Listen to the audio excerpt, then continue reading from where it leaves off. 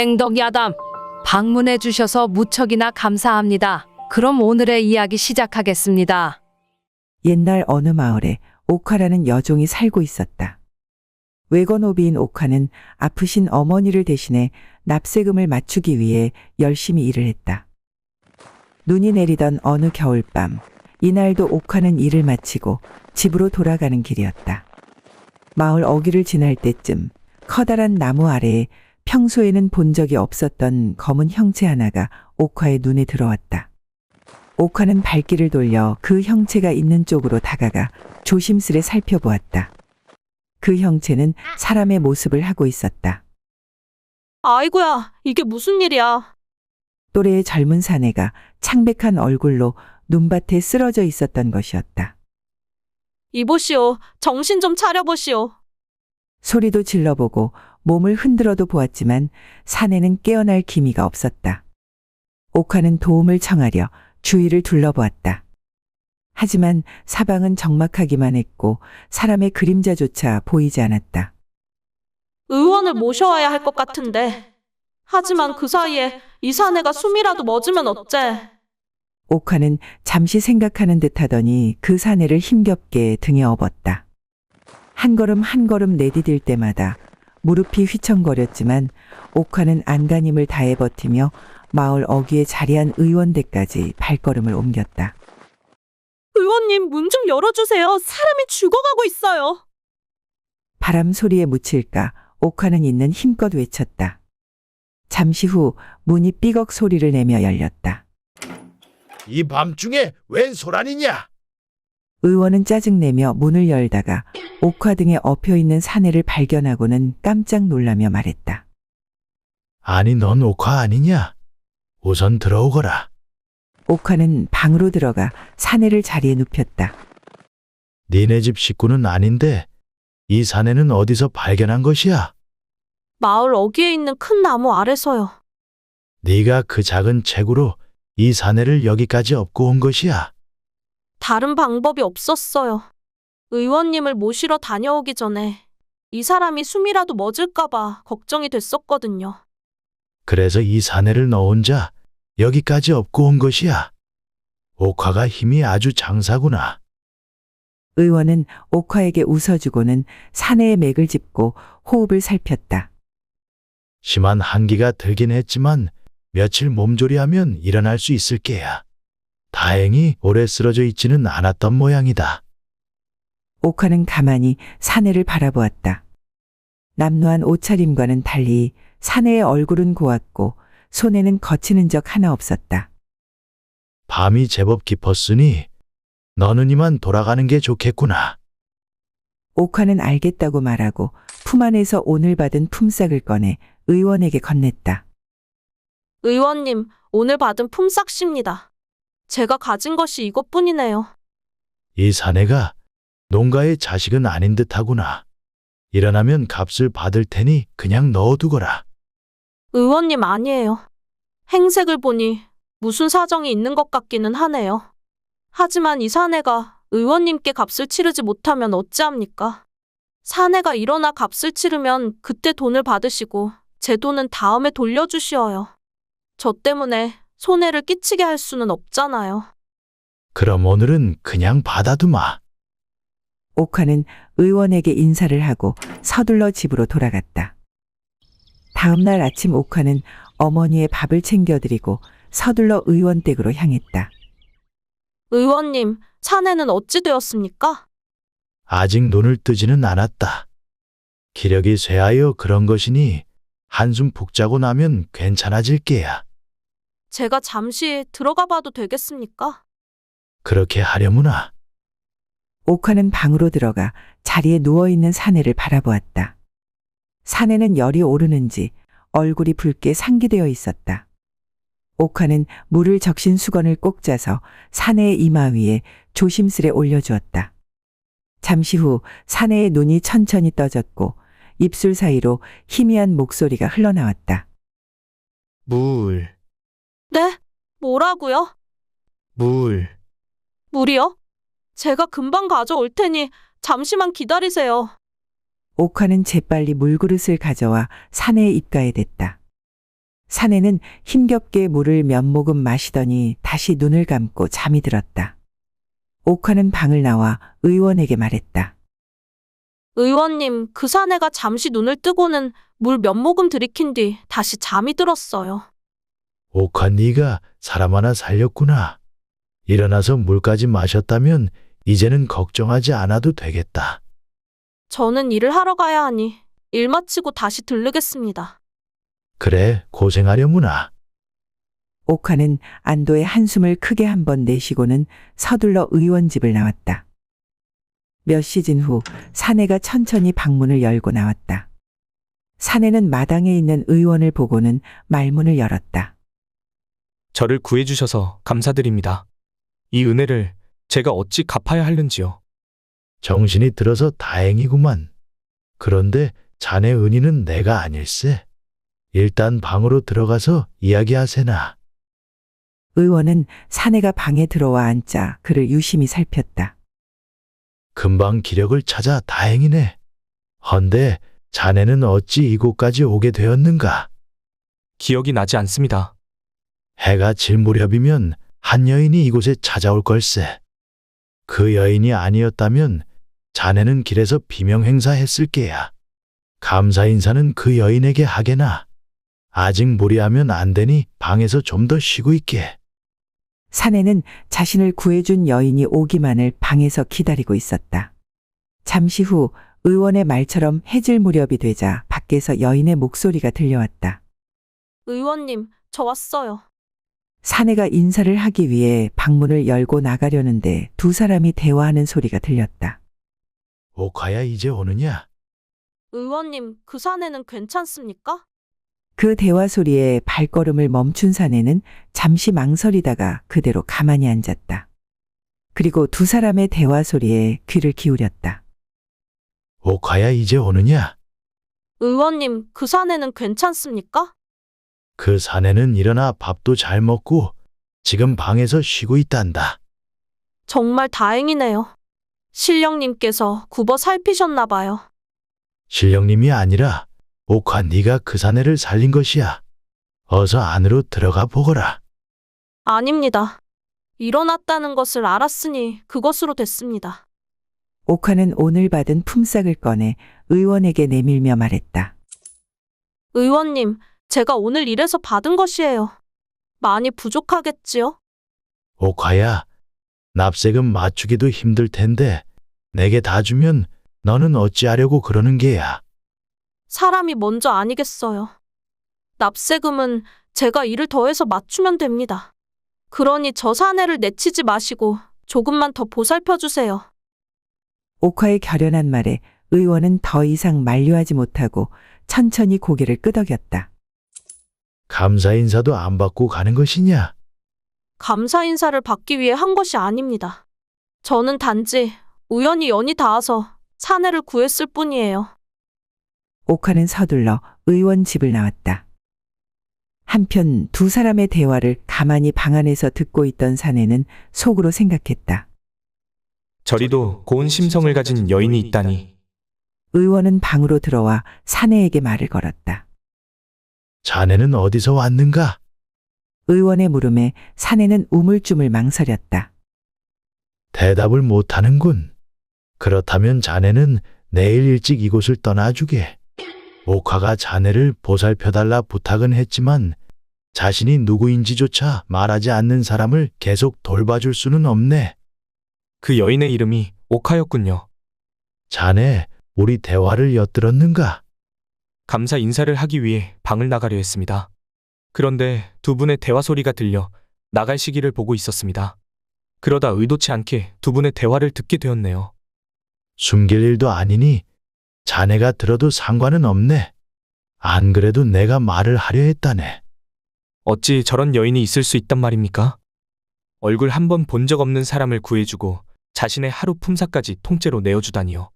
저는 저렇게 선의를 베푸는 사람이 있다는 걸 들어본 적도 없네요. 그렇지. 자기 입에 풀칠하기도 힘든 이가 모르는 이에게 손을 내미는 것이 쉬운 일은 아니지. 판주는 잠시 생각을 하더니 마음을 굳힌 듯 입을 열었다. 의원님, 제 이름은 판주라고 합니다. 저는 지금 아무것도 가진 것이 없네요. 가지고 있던 돈과 물건을 산에서 산적들에게 전부 다 빼앗겼습니다. 그래서 몸 여기저기 작은 상처들이 있었던 거구만. 그럼 자네 집으로 돌아가서 나중에 이곳으로 와 의원 값을 치러주게. 내가 그 돈을 받아서 옥화에게 전해주겠네. 의원님, 저는 돌아갈 집도 가족도 없습니다. 자네 얼굴과 손을 보면 그리 어렵게 자란 것 같지는 않은데 무슨 소리인가? 저는 양반가의 서출입니다.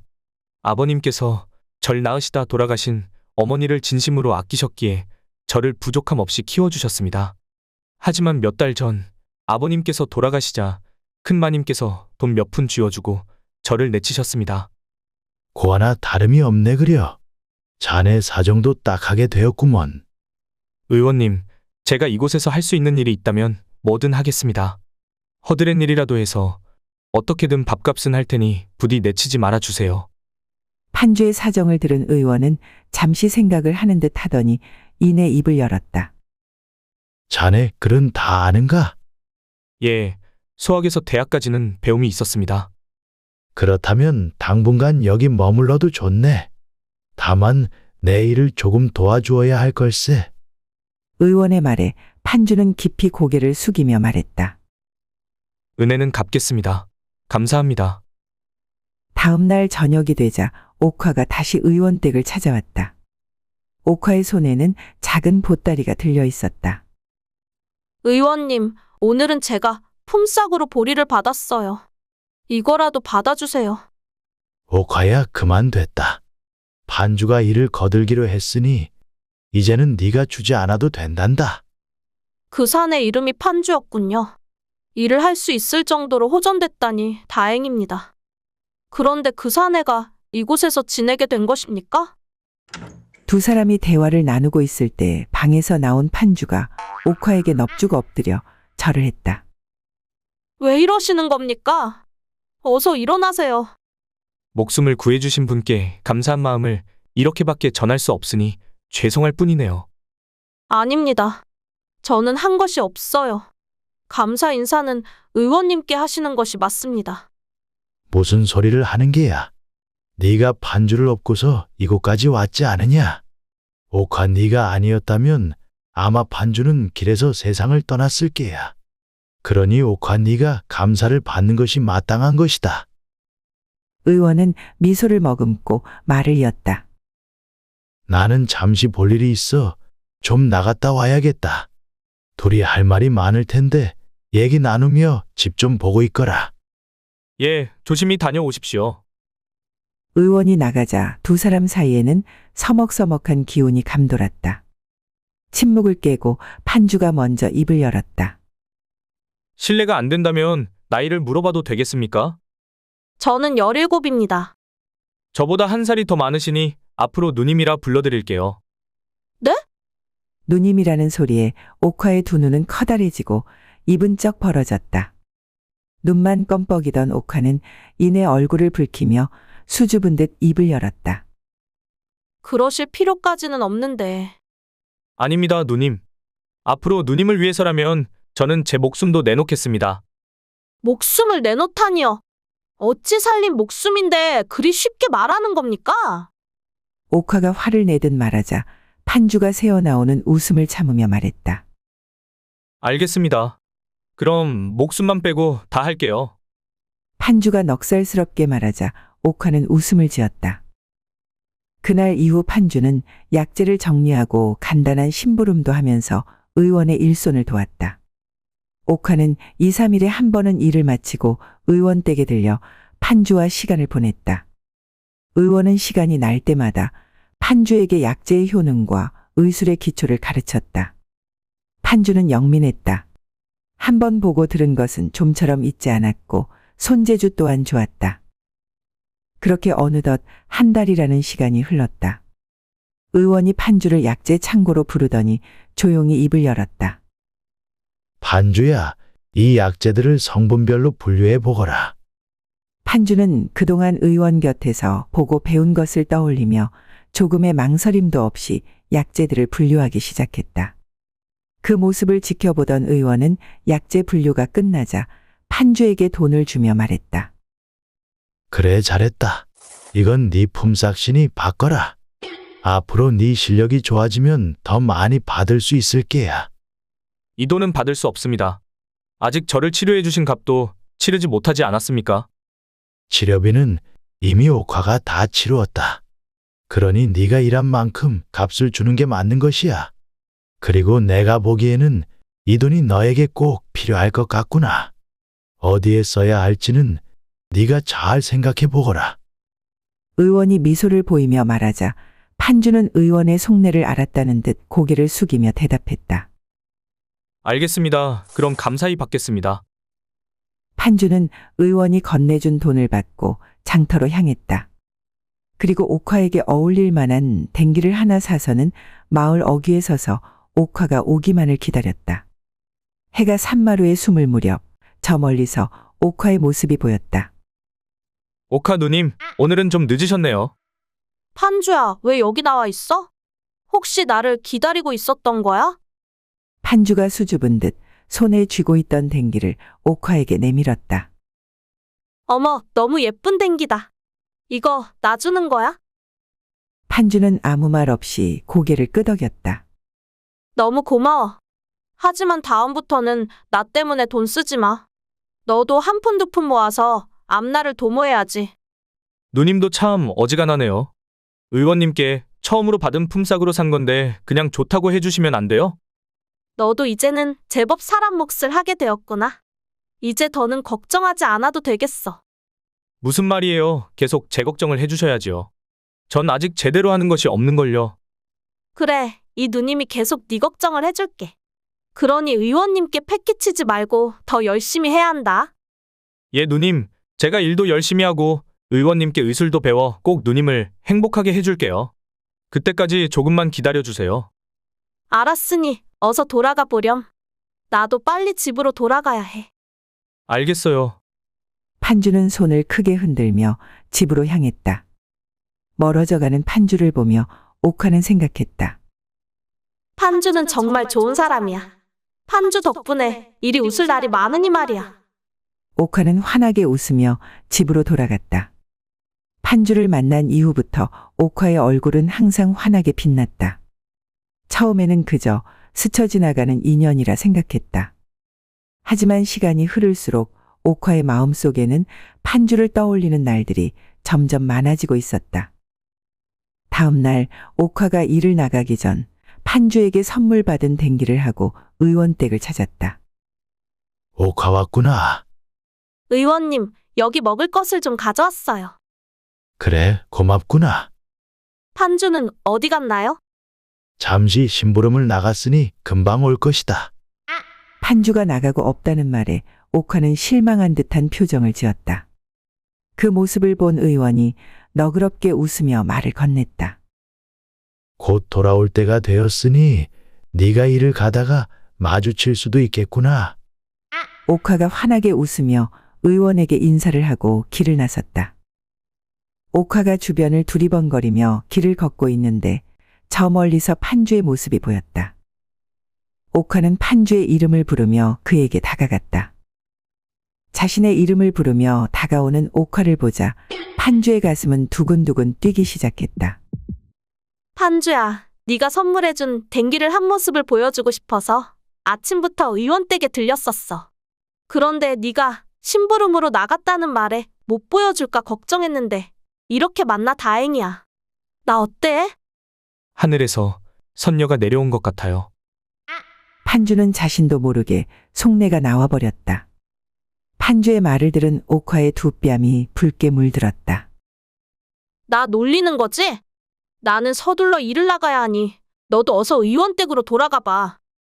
누님, 저는 진심으로 한 말이에요. 내가 볼품없이 생겼다는 것은 나도 잘 알고 있어. 하지만 네가 그리 말해주니 기분은 좋구나. 아무튼 고마워. 그럼 나는 다녀올게. 멀어져가는 옥화의 뒷모습을 보며 판주의 마음은 더욱 복잡해졌다. 내가 왜 이러지? 어제부터 누님만 보면 가슴이 요동을 치네. 의원님한테 진맥이라도 봐달라 해야 하나? 그날 하루 종일 판주는 옥화를 떠올리지 않는 순간이 없었다. 시간은 흘러 판주가 의원 댁에 온 지도 1년이 흘렀다. 감정을 겉으로 드러내지는 않았지만 옥화를 향한 판주의 마음은 더욱 커져만 갔다. 날이 화창한 어느 날 오후 의원이 판주를 방으로 불렀다. 판주야, 의술을 배워보니 어떠하냐? 어떠하냐니요? 내게 의술을 배우는 것이 좋냐고 묻는 것이다. 예, 의원님. 의술을 배울수록 더 깊이 알고 싶다는 마음이 듭니다. 저는 훌륭한 의원이 되어 옥화 누님에게 받은 은혜를 꼭 갚고 싶어요. 너는 재능이 있다. 하지만 훌륭한 의원이 되려면 많은 공부와 노력이 필요하다. 네가 지금처럼 계속한다면 네가 원하는 바를 이룰 수 있을 게다. 의원님께서 가르쳐 주시는 모든 것을 허투루 듣지 않겠습니다. 그리고 훌륭한 의원이 될 때까지 쉬지 않고 노력하겠습니다. 의원은 따뜻한 미소를 지으며 말했다. 이제 너는 내 제자이자 가족이다. 앞으로 더 많은 것을 가르쳐 주마. 그날 이후 의원은 판주에게 더 많은 지식과 의술을 전해주었고 판주는 밤늦게까지 의서를 읽고 약초에 대한 공부도 하며 묵묵히 수련을 이어갔다. 그러던 어느 날 옥화가 의원 댁을 찾았고 판주는 옥화를 반갑게 맞으며 말했다. 누님, 오늘은 제가 직접 두통약을 만들었어요. 누님이 종종 두통이 있다고 했으니 이걸 가져가세요. 옥화는 그 말을 듣고 환하게 웃으며 말했다. 이렇게 빨리 의술을 배우다니. 판주야, 넌 정말 대단한 것 같아. 저는 누님을 아주 많이 좋아하니까 누님을 위해서라면 뭐든 할 수 있어요. 다음에는 누님을 위해 보약도 지어줄게요. 판주와 시간을 보내고 집으로 돌아온 옥화는 생각에 잠겼다. 판주를 만나고 나서 행복이란 게 뭔지 알게 된 것 같아. 평생을 같이 할 수 있다면 정말 좋을 텐데. 하지만 판주는 그저 나를 누나로서 좋아하는 걸 거야. 하긴 나같이 못생긴 사람을 누가 여인으로 보겠어. 시간이 흐를수록 두 사람의 마음은 더욱 깊어져만 갔다. 서로의 마음을 확인하진 않았지만 둘은 서로에게 작은 행복의 불빛이 되어주고 있었다. 그렇게 작은 행복으로 하루하루를 보내던 어느 날 옥화에게 큰일이 생기고 말았다. 외건오비 생활을 하던 옥화에게 주인마님이 납세금을 2배로 가져오라 한 것이었다. 옥화는 2배로 오른 납세금을 맞추기 위해 날일과 밭일을 같이 하며 쉬는 날 없이 일을 했다. 상황이 그렇다 보니 옥화가 판주를 만나러 가는 횟수도 자연스레 줄게 되었다. 그 사실을 모르는 판주는 날마다 옥화가 오기를 기다렸고 바쁘게 일을 하는 와중에도 틈틈이 대문 밖을 나가 마을 어귀를 바라보았다. 누님이 많이 바쁜 건가? 얼굴을 본 지도 열흘이 넘었는데 찾아갈 수도 없고 궁금해 죽겠네. 그렇게 한 달이 지난 어느 날 옥화가 갑자기 작은 보따리를 들고 나타났다. 누님, 왜 이제야 왔어요? 나를 기다린 거야? 네가 의원 일을 게을리 배우고 있었나 보구나. 나를 기다릴 시간도 있고 말이야. 그런 말이 어딨어요. 누님이 갑자기 연락도 없이 안 오시니 걱정이 돼서 기다린 거지요. 옥화 왔구나. 판주가 오늘은 2다리 쭉 뻗고 잠을 자겠어. 그게 무슨 말씀이세요? 판주가 너를 못 보니 매일 밤 잠자리에 들지도 못하고 안절부절이었단다. 의원이 약을 올리듯 말을 하자 옥화의 두 뺨이 붉게 물들었다. 판주가 그리 기다리던 옥화가 왔으니 나는 자리를 피해 주어야겠구나. 의원님 아니에요. 저도 이것만 전해주고 빨리 돌아가 봐야 해요. 농이란다. 사실 내가 볼 일이 있어서 나가는 길이었다. 판주랑 좀 놀아주고 가거라. 의원이 나가고 판주와 옥화가 마주 앉았다.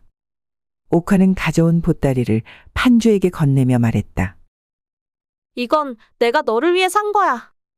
보따리 속에는 곱게 손질된 붓과 먹이 들어 있었다. 의원이 되려면 공부를 열심히 해야 한다며. 열심히 공부해서 꼭 훌륭한 의원이 되어야 해. 판주는 아무 말 없이 옥화를 바라보다 용기를 내어 옥화의 손을 살며시 잡았다. 제가 훌륭한 의원이 되면 누님을 행복하게 해드리고 싶어요. 그때까지 기다려 주실래요? 옥화는 애틋한 표정으로 판주를 바라보았다. 판주의 따뜻하고 순한 눈빛을 가슴 깊이 담아두기라도 하려는 듯 옥화는 오랫동안 아무 말 없이 판주를 바라보았다.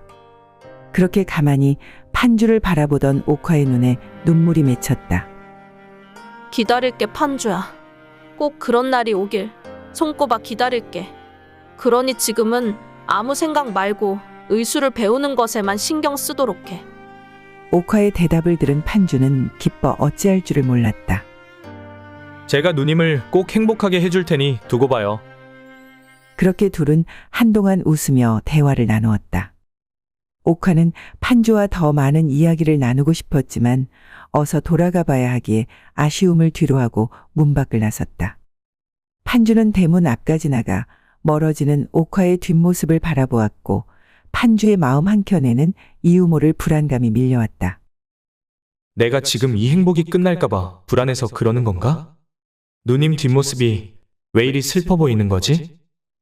그날 이후 일주일이 지나고 보름이 지나도 옥화는 나타나지 않았다. 의원님, 옥화 누님이 왜 오지 않는 걸까요? 아픈 노모도 모셔야 하고 납세금까지 맞춰야 하니 옥화가 많이 바쁜 것이겠지. 그동안은 철부지 너 때문에 시간을 내준 거란다. 그런 이유라면 다행인데 저는 왜 이렇게 불안한 마음이 드는지 모르겠네요. 그럼 이 약재를 가지고 옥환의 집에 다녀올 테냐? 옥환의 어머니 기침약이 떨어졌을 텐데 옥화가 받으러 오질 않는구나. 네가 전해주고 옥화도 보고 오도록 하거라. 판주는 기쁜 목소리로 다녀오겠다고 대답하고는 길을 나섰다. 잠시 후 판주가 낡은 옥화의 집에 도착해 문 앞에서 조심스레 사람을 불렀다. 아무도 안 계십니까? 누구시오? 의원 댁에서 기침약을 전해드리러 왔어요. 그러시군요. 어서 들어오세요.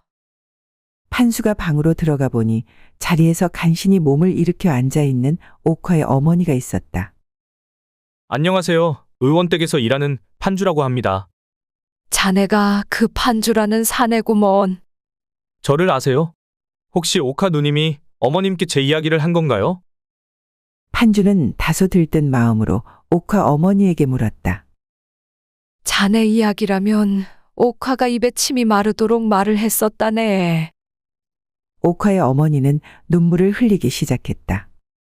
판주는 눈물을 보이는 옥화의 어머니를 보고 뭔가 잘못됐다는 것을 직감했다. 혹시 누님에게 무슨 일이라도 생겼나요? 옥화는 이제 이곳에 없다네. 그게 무슨 말씀이세요? 누님이 이곳에 없다니요. 옥화는 이 못난 어미를 살리려고 자진해서 기생집에 팔려갔다네. 판주는 너무 놀라 아무 말도 할 수가 없었다. 옥화의 어머니는 서신을 꺼내 판주에게 건네며 말했다. 옥화가 언젠가 자네가 찾아오면 전해주라고 한 것이네. 까막눈인 옥화가 자네를 만나고 나서부터 자네를 놀래켜주겠다며 글 공부를 했었네. 글을 배운 것을 이리 쓰게 될 줄은 자기도 몰랐겠지. 옥화의 어머니는 눈물이 계속 흘러 더 이상 말을 잇지 못했다. 서신을 건네받은 판주는 옥화의 어머니에게 약을 건네고 돌아왔다. 방에 돌아온 판주는 떨리는 손으로 서신을 읽기 시작했다. 판주, 네가 이 서신을 읽을 때면 나는 떠나고 없을 거야. 나는 내가 원해서 이곳을 떠난 것이니 걱정하지 않았으면 좋겠어. 네가 나를 기억할 수 있는 선물을 건네고 싶었는데 내가 가진 것으로 살 수 있는 것은 그것뿐이더라. 좋은 물건은 아니지만 그 붓으로 글을 쓸 때마다 나를 떠올려 주겠니? 나와 함께 행복해지고 싶다는 그 말을 들은 것만으로도 나는 충분히 행복했어. 인사도 못하고 떠나는 날 용서해줘. 내게 떠난다는 말은 차마 할 수가 없었어. 어디서든 네가 훌륭한 의원이 되길 빌게. 너와 함께 한 시간이 내게는 가장 행복한 시간이었어. 부디 나를 잊지 말아줘. 옥화의 서신을 읽은 판주는 밤새 눈물을 흘렸다. 다음 날 날이 밝았는데도 판주가 방에서 나오지 않자 의원이 방으로 들어갔다. 너 지금 뭐 하는 게냐? 해가 중천에 떠 있는데 왜 이러고 있는 게야? 판주는 아무런 대답도 하지 않고 누워 있었다. 의원은 이상한 낌새를 눈치채고는 방바닥에 놓여 있는 옥화의 서신을 훑어보더니 조용히 방을 나갔다. 한 시즌 후 의원이 나갔다 돌아와서는 조용히 밥상을 차려 판주의 방에 가지고 들어갔다. 옥화가 떠났다고 굶어 죽을 셈이냐? 판주가 일어나 앉으며 말했다. 누님이 스스로 떠났다고 하지만 저는 그 말을 믿지 않아요. 안 그래도 내가 어찌된 영문인지 좀 알아보고 오는 길이다. 옥화 주인마님이 급전이 필요했던 모양이야. 그래서 옥화를 팔 생각으로 납세금을 2배로 올려 옥화를 옥죄인 것 같더구나. 아픈 어머니의 약값도 벌어야 하고 납세금도 벌어야 하니 옥화도 선택지가 없었겠지. 평양 기생집에 팔린 것까지는 내가 알아냈다. 의원님, 제발 도와주세요. 누님을 데려와야 해요. 내가 도울 수 있는 일이라면 그리 했을 것이다. 옥화의 어미가 아직 그 집안의 노비이다. 자칫하면 그 화살이 옥화 어미에게 돌아갈 수도 있다. 경거망동하지 말고 우선은 시간을 두고 생각해보자. 그렇다고 손 놓고 가만히 있을 수는 없는 것 아닙니까? 판주의 목소리에 원망이 섞였다. 의원은 더 단호한 목소리로 말을 했다. 네가 지금 나서면 다치는 것은 네가 아니다. 옥화는 기생집에 팔려가면서도 어미만은 지켜내려 했다. 네 섣부른 행동 때문에 옥화와 어미가 다칠 수 있음을 진정 모르는 게야. 너도 양반가의 서출로 태어났으니 알 것이 아니냐? 판주는 아무런 대꾸도 하지 못하고 눈물만 흘리고 있었다. 언젠가는 때가 올 것이다. 그때를 잡으려면 먼저 실력을 쌓아야 한다. 지금의 너로는 아무것도 할 수 없다는 것을 명심하거라. 의원의 말은 냉정했지만 분명한 현실이었다. 판주는 처음으로 자신이 얼마나 무력한 존재인지를 절실히 깨달았다. 며칠 동안 판주는 거의 말을 하지 않았고 밤에는 잠에 들지도 못했다.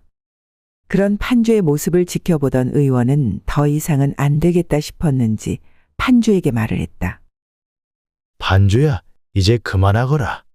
네가 이렇게 무너지면 옥화는 더욱 슬퍼할 것이야. 판주는 힘없는 눈으로 의원을 바라보았다. 옥화가 너를 기다리고 있으면 어쩌려고 이러고 있는 것이야. 의원의 말을 들은 판주는 갑자기 머리를 세게 얻어맞은 듯했다. 의원님, 정말 제가 노력한다면 옥화 누님을 찾을 수 있을까요?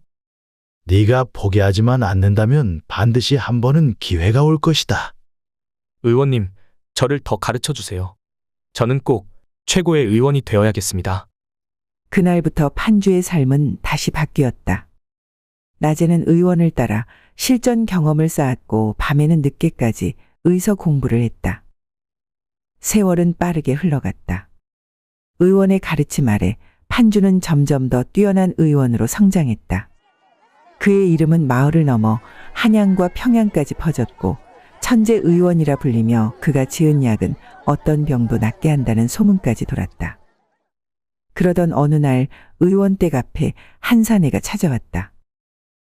여기가 천재 의원이 있다는 의원 댁이 맞습니까? 천재라는 말은 소문일 뿐입니다. 하지만 그 소문의 주인을 찾는다면 맞게 찾아오셨네요. 평양 감사 대감께서 병환이 깊으십니다. 의원의 명성을 듣고 찾아왔으니 나와 함께 평양으로 같이 가줄 수 있겠소? 손님의 말을 들은 판주의 심장이 빠르게 뛰기 시작했다. 평양은 바로 옥화가 있는 곳이기 때문이었다. 판주는 조금의 망설임도 없이 짐을 챙겨 들고 사내에게 말했다. 갈 길이 머니 어서 서두르지요. 판주와 사내는 서둘러 평양으로 향했다. 쉬지 않고 하루를 꼬박 걸어 평양 감사 집에 도착한 판주는 정중히 인사를 하고 평양 감사를 진맥하기 시작했다. 지난해부터 머리가 아프기 시작했는데 처음에는 가볍게 욱신거리는 정도였지. 그런데 점차 심해지더니 이제는 하루도 편할 날이 없구나. 평양 감사의 맥을 짚고 여기저기를 진찰하던 판주가 조심스럽게 입을 열었다. 이것은 단순한 두통이 아니라 기혈의 순환이 막혀 생기는 증상입니다. 판주는 약초들의 이름을 적어 평양 감사의 하인에게 건넸고 하인은 서둘러 그 약초들을 구해왔다. 판주는 평양 감사의 옆에서 며칠 동안 잠도 설쳐가며 약을 다려 먹이고 치료에 전념했다. 그렇게 판주가 치료를 시작하고 얼마 지나지 않아 감사의 병세는 날이 갈수록 빠르게 호전되었다. 오, 이럴 수가. 머리가 전혀 아프지 않구나. 오히려 정신이 더 맑아진 기분이야. 이제는 제가 없어도 지어드린 약만 드시면 곧 완쾌하실 겁니다. 자네의 의술은 정말 놀랍구만. 이제 값을 치러야 할 것인데 혹시 원하는 게 있다면 무엇이든 말해보게. 판주는 기회라고 생각했다. 이 기회를 잡기 위해 며칠 동안 잠도 설쳐가며 감사를 치료한 것이었다. 제가 감히 한 가지 청을 올리고자 합니다. 말해보게. 내 능력 안에서라면 무엇이든 들어주겠네. 판주는 한숨을 크게 한번 내쉬고는 입을 열었다. 저에게는 꼭 찾아야 할 사람이 있습니다. 몇 년 전 평양의 기방으로 팔려오게 된 오카라는 여인이지요. 그 기녀가 자네의 연인이라도 되는 이인가? 그 여인은 제 생명을 구해준 은인입니다. 몇 년 전 눈밭에 쓰러져 있던 저를 구해주었지요. 저를 만날 당시에는 외건업이었는데 주인의 횡포로 납세금을 맞추지 못해 기방에 팔려온 것입니다. 원래는 기녀도 아니었지요. 걱정 마시게. 그 정도 일쯤이야. 내 지금 당장이라도 해결해 주지. 감사는 하인을 시켜 평양의 기방을 뒤져 옥화라는 여인을 찾으라 말했다. 한참 후 하인이 돌아와 감사에게 말했다. 대감마님, 옥화라는 기생은 아무리 찾아도 없었습니다. 하지만 영월관이라는 곳에서 부엌일을 하는 옥화라는 여인이 있다고 하여 혹시 몰라 상황만 전하고 돌아왔습니다. 제가 직접 가서 확인하겠습니다. 오카 누님은 선녀보다 아름다운 여인이니 저는 한눈에 알아볼 수 있습니다. 판주와 평양 감사는 곧장 영월관으로 향했다.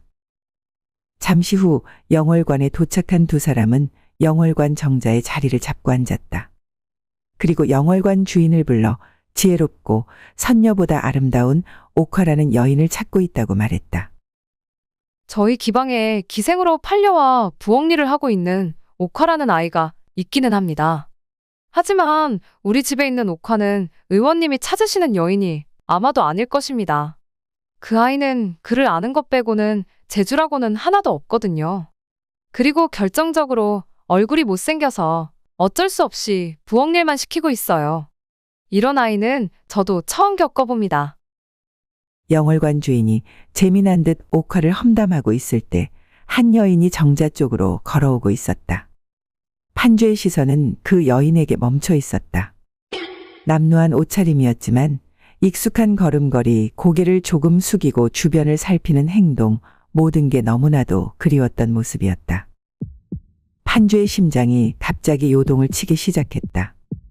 판주는 나지막한 목소리로 중얼거렸다. 오카 누님이다. 판주는 시선은 옥화에게 고정한 채 눈물을 흘리며 영월관 주인에게 넋두리하듯 말을 했다. 영월관 주인은 눈이 멀었나 봅니다. 저기 걸어오는 여인의 모습을 보세요. 선녀가 있다면 저런 모습이지 않겠습니까? 저 여인의 손이 거친 것은 어려서부터 아픈 노모를 먹여 살리기 위해 일을 많이 해서입니다. 그리고 저 여인이 다른 여인처럼 살랑거리지 않는 것은 자신보다 더 큰 사내를 살리기 위해 몸을 아끼지 않은 여인이기 때문입니다.